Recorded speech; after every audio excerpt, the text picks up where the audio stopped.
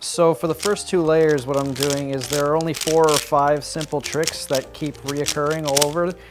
And if you know those 4 or 5 simple tricks, you can solve the first 2 layers intuitively.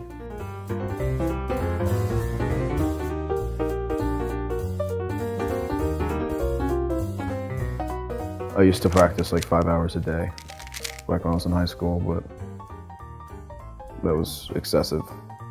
One Christmas, my aunt got me one. I was getting frustrated with not being able to do it, so I just looked up how, and it took me like 3 days.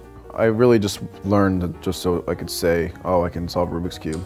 This is for coming in second in Bangkok. This is 2009, and it spins. Montreal 2013. Nationals 2008. This is second in blindfolded. He literally won every single competition that we went to.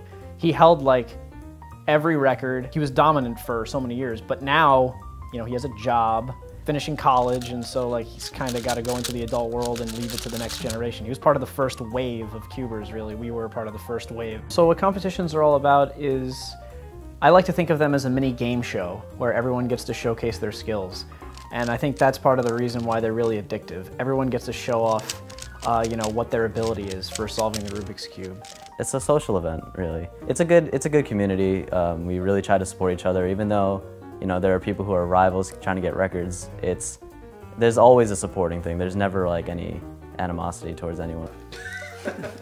I don't even know how to do this, dude. I'm just like solving it like F2O. I mean, I'm getting older compared to other people that are cubing now. I think the current national record holder is 15, who just beat my record. The cubing world is kind of dominated by younger people, like 15, 16 years old. Rowe saying he has no more time to practice. I mean, I almost feel bad because he was on the top for so many years for so long, and you know, now virtually all his records are gone, and so you just have to let the second generation take it over. Anybody can do it. Like the youngest solver in the world is 3 years old, and the oldest solver is 90. You know, you feel that sense of like, of pride of, you know, I did this. It's great. It's almost like, you know, people who run like professional track or something, like, you know, they run a little faster this time, or, you know, things like that. Same kind of concept, I think.